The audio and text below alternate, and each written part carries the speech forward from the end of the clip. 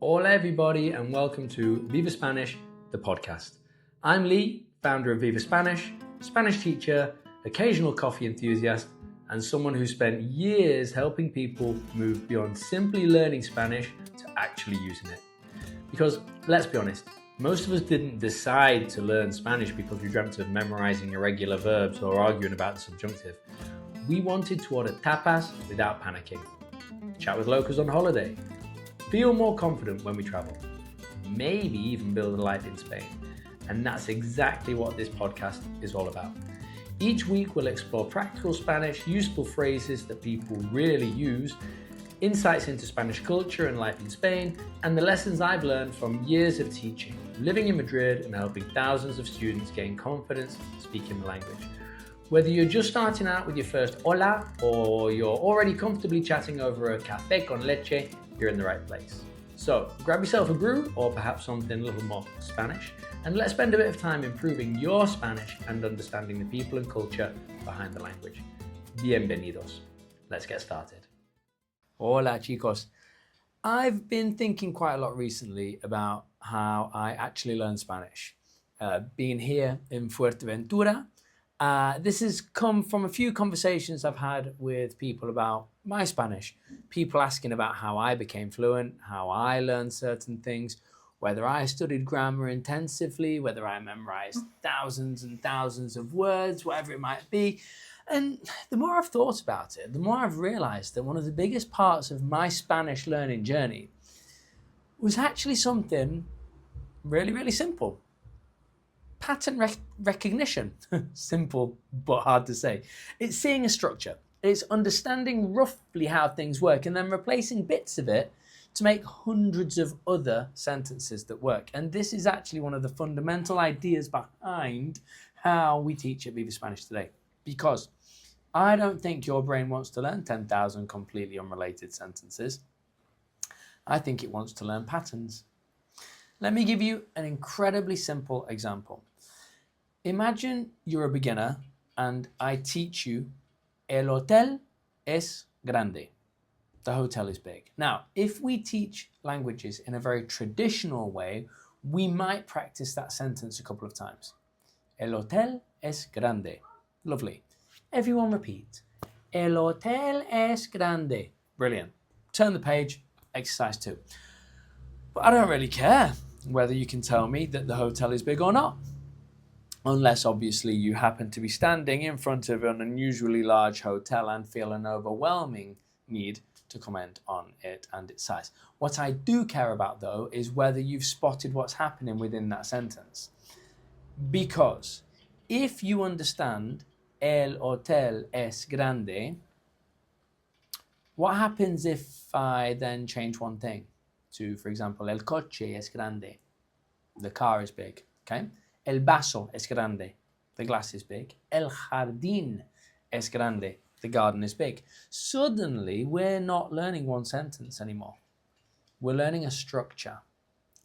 And then perhaps I give you la mesa es grande, the table is big. Now, you're starting to notice something else, probably. El hotel, el coche, el vaso, but la mesa. And perhaps everybody, every other teacher or some of the teachers would give you a 20-minute lecture on gender, but you don't need it because you're going to start to recognize the pattern. Then we change another piece within the sentence because you already know el coche es grande. Now I teach you the word pequeño, small. Now what can you do? Well, everything you could say before as being big, you can now say as small. El coche es pequeño. The car is small. Okay. What about the hotel? El hotel es pequeño. What about the glass? El vaso es pequeño. Suddenly, we've taken one very basic structure and created a little language machine. Noun, es, adjective. And we can keep feeding different words into it. That's how I remember learning. I wasn't consciously thinking, excelente, I've now mastered the third person singular of the verb ser combined with a predicative adjective. What? Probably haven't even said that right. Absolutely not. I was thinking, so if I can say that, then I bet I can say this. And that little moment, if I can say that, I can probably say this, is huge, because that's where independence begins. I think often we make language learning sound far more complicated than it needs to be. You open a grammar book and immediately you're confronted with terminology. Direct objects, indirect objects, possessives, subordinate clauses, past participles. And if you're anything like me, you're thinking, I only wanted to be able to order a beer. You've gone from wanting a cerveza on holiday to feeling like you're studying for a linguistics degree. Now, I am not saying grammar isn't useful. Of course it is. I teach grammar, but grammar should help you make sense of the language. It should not become a barrier between you and actually using it. Let me give you another example. Let's say I teach you el dinero de Juan, Juan's money. Now, this is interesting for an English speaker because English doesn't normally build possession that way. We say Juan's money. We stick an apostrophe and an S onto Juan. Spanish essentially says the money of Juan, el dinero de Juan. Now, I could explain that rule. You could write it down. You could underline it in 3 different colors. Maybe even get a highlighter out. Very exciting. Or we could start using it. El dinero de Juan. Juan's money. Okay? What about Juan's coffee? El café de Juan. And Juan's car? El coche de Juan. Juan's house. La casa de Juan? Great. Now let's change Juan. Maria's towel. La toalla de María. Maria's coffee? El café de María. Maria's bag, like a handbag. El bolso de María. Within a few minutes, something starts happening. Now you're not translating the rule anymore. You're recognizing the pattern. Thing plus de plus person. Once your brain sees it enough times, it starts to feel normal. And that is the bit that I'm most interested in. Because there is a huge difference between understanding a concept and being able to use it naturally. I could explain a Spanish concept to you in 30 seconds and you might completely understand me and it. Yeah, got it? Brilliant. But can you use it? That is different. And I think this is where a lot of traditional language learning falls down. We mistake understanding for acquisition. The teacher explains something. The student understands the explanation. Everyone feels successful. Then, 3 weeks later, the student needs that exact structure in a conversation. Nothing. Brain has left the building because seeing something twice isn't the same as owning it. This is why, in a Viva Spanish lesson, if we're teaching a concept, I want that concept coming back again and again and again, at least 30 times. But here is the important bit. Not 30 identical repetitions, because that would be horrific. Imagine 90 minutes of El hotel es grande, el hotel es grande, el hotel es grande. By repetition number 23, or 3, people would be climbing out the windows. What we want is repetition inside natural variation. So perhaps we're talking about hotels, then cars, then houses, then somebody describes their kitchen. Somebody else describes their holiday apartment. Somebody else says their dog is enormous. And now we're laughing because somebody else has got a chihuahua that apparently believes it's a Rottweiler. The language is repeating, but the conversation is changing. That is the difference. And this is something I think is absolutely fundamental to learning a language. Repetition doesn't have to mean repetition of context. The structure repeats. The conversation moves. That is how we learn. Think about how children learn their first language. Nobody sits a 3-year-old down and says, right, today we're going to examine possessive constructions. Thank God. They hear patterns again and again and again.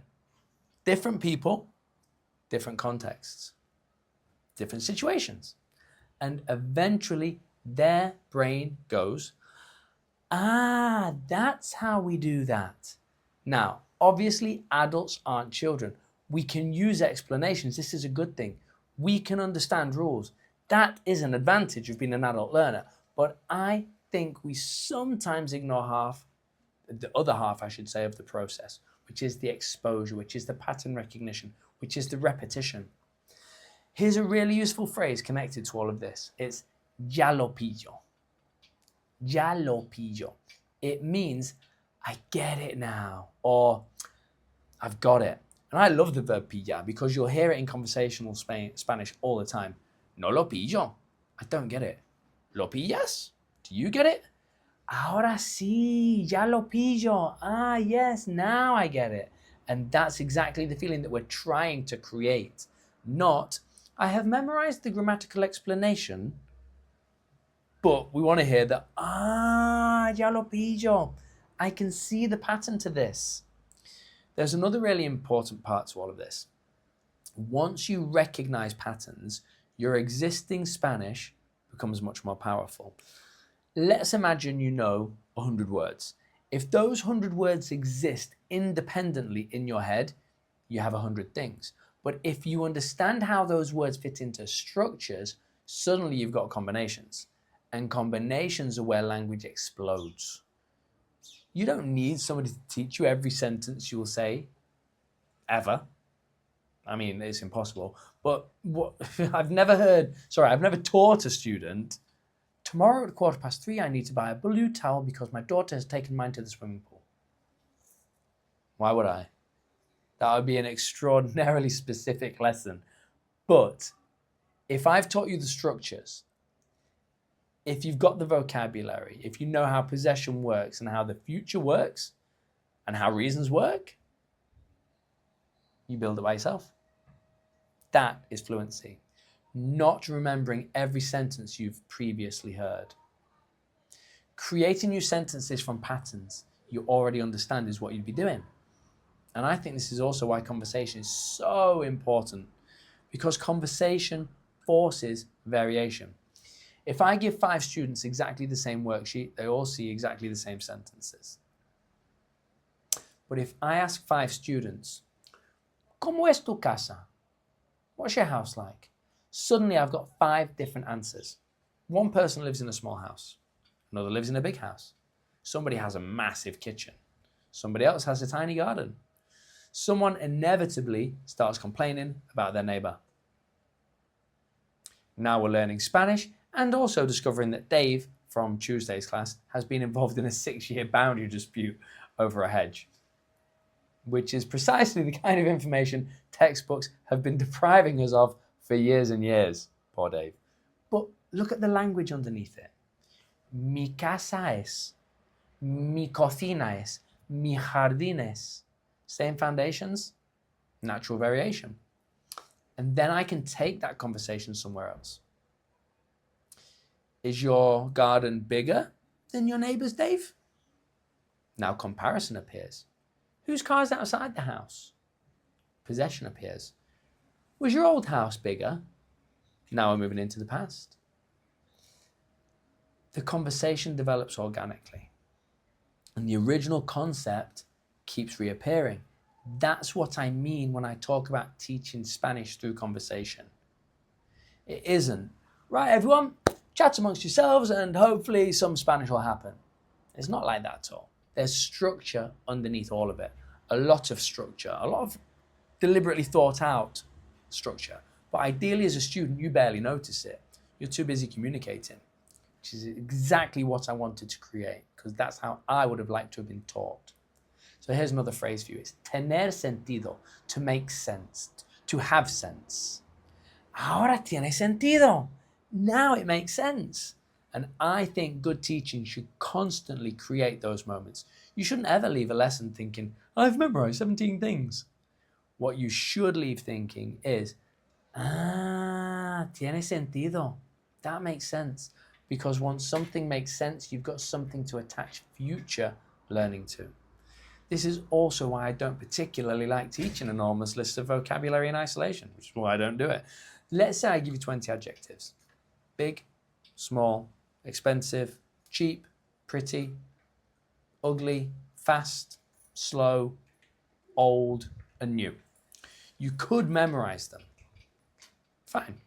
But I'd much rather give you 5 adjectives and absolutely hammer them through conversation. El hotel es caro. The hotel is expensive. Cool. What else is expensive? Cars? Houses? Restaurants? Then let's replace those things. Going on holiday during the school holidays? Yeah, definitely. Suddenly somebody says, Mi coche es viejo. My car is old. ¿Y tu casa? And your house? ¿Y tu móvil? ¿Y yo? Careful. There's a limit to how conversational these lessons need to become. But again, same structure, different context. And every single time you retrieve that structure from your brain, you're reinforcing it. It's getting stronger, and that's the important bit. You're not just hearing Spanish, you're producing it. You're making choices. You're replacing words. You are experimenting. Sometimes you'll get it wrong, but that's good. Because if you're getting everything right all the time, as a teacher, I'm probably not stretching you enough. There's a phrase I think fits beautifully here at a slightly higher level, and it's cogerle el tranquillo. And it's to get the hang of something. For example, ya le estoy cogiendo el tranquillo al español. I'm starting to get the hang of this Spanish, you know. And I think cogerle el tranquillo describes language learning much better than mastering something. Because you rarely wake up one morning and think, excellent news, I've mastered Spanish. No, there's no ceremony. Nobody from the Spanish government arrives with a certificate. Some language schools do, but they're not really worth the paper they're written on. Personal opinion. You gradually just realize that this is becoming easier. You hear a pattern, you recognize it. You need a sentence, and it appears. Someone asks you something and you respond without translating. You are getting the hang of it. Le estás cogiendo el tranquillo. And that's genuinely how I remember my own Spanish developing. It was layer upon layer, pattern upon pattern. I learned something, then realized I could manipulate it. Then I heard somebody use a slightly different version and I copied that one too. Then I used it somewhere else and I got a nod of acknowledgement and understanding. Then the language became less like a collection of rules and more like something that I could just play with. And I think play is actually quite an important word there, because that's what good language learners do. They play with a language. What happens if I change this? Could I say it like that? If this means that, presumably this means sometimes you're right, sometimes you're completely wrong. Sometimes you accidentally tell somebody something deeply concerning about your grandmother. But that's learning. And this is where I think confidence comes from too. Confidence isn't necessarily knowing loads of Spanish. Confidence is knowing that if you don't have the exact sentence you want, you can build something. You can adapt. You can describe. You can substitute. You can work around the problem. If you don't know the word for kettle, can you say, la cosa para calentar agua? The thing for heating water. Is that beautiful Spanish? No. Will somebody understand you? Yeah, pretty certainly. And well done you. You've communicated. Which I imagine is what your aim was when you started out on this journey. This is something I desperately want learners to understand. You do not need to wait until you know everything, because you never will. I still come across words in English I don't know, and that's my first language. Spanish speakers forget words in Spanish. They describe things, they point, they say, la cosa esa, that thing. Native speakers improvise constantly. So why do learners think that they're not allowed to? Mind boggles. And perhaps that's the biggest philosophy behind Viva Spanish. We are not trying to fill your head with Spanish. We're trying to give you enough patterns that you're familiar enough with that you can start creating Spanish yourself. I don't want you dependent on the sentence that I taught you. I want you to steal the structure, nick it, take it away, change it, break it, rebuild it, use it to talk about your life. Because that's when it becomes yours. So, perhaps the next time you learn a Spanish sentence, don't just ask, what does this mean? Ask yourself, what else can I do with this? Where else can I apply it? If you learn, tengo ganas de ir, I feel like going. Don't stop there. What else do you feel like doing? Tengo ganas de comer, feel like eating. Tengo ganas de viajar, feel like traveling. Tengo ganas de dormir, I feel like sleeping. Probably the most useful of the four if you've got children and you're on holiday. Then change another piece. No tengo ganas de trabajar. I don't feel like working. ¿Tienes ganas de salir? Do you feel like going out? Suddenly one sentence has become 6, and 6 can then become 60. That's the game. Don't collect sentences. Collect patterns. Notice them. Reuse them. Change one piece. Then another. Say them out loud. Try them out. Put them into conversations. Make them relevant to you. And use them enough times that eventually you stop thinking about the rule altogether. Because that is the point that we are all trying to reach. Not, hang on a minute, what was the grammatical formula? No, that just about sounds right. And when you start having those moments, when you know something sounds just about right, even before you can explain exactly why, that's pattern recognition doing its job. That's hundreds of previous examples quietly sitting beneath your Spanish. And that's when the language starts becoming yours. So, the next time somebody teaches you, el hotel es grande, don't just learn that the hotel's big. Please ask yourself, what else is big? What else could be small? What else could be expensive? What else could be beautiful? What can I replace in this sentence? What can I reuse? Where else does this pattern work? Because hidden inside one very, very simple sentence, there might be another 100 sentences waiting for you. And that really, genuinely, is how I learned Spanish. One pattern at a time. Just remember, nobody speaks Spanish fluently by waiting until they're ready. So order the coffee, start the conversation, make the mistakes, and enjoy the process. Thank you for spending this time with me. Como siempre, la próxima vez, más y mejor. Hasta luego.